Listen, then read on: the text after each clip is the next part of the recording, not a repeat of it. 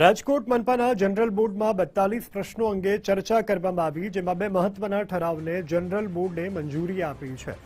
રસ્તા પર રેકડીઓ ઊભી રાખવા ઉપર રોક, આ સાથે રેકડીઓ ફેરિયાઓ માટે સોશિયલ વોકર ઝોન અને પાણીવેરામાં વ્યાજને લઈને મોટા નિર્ણયો કરવામાં આવ્યા છે. આ સાથે મુદ્દલથી વધુ વ્યાજ નહીં વસૂલાય તે અંગે પણ ચર્ચા થઈ છે.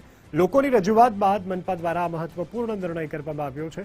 જનરલ બોર્ડના નિર્ણય ઉપર મેયર નેહલ શુક્લએ નિવેદન આપ્યું છે.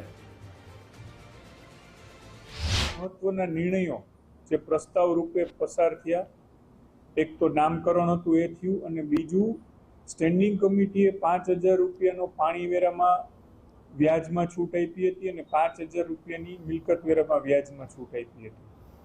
જનરલ બોર્ડે એમાં સુધારીને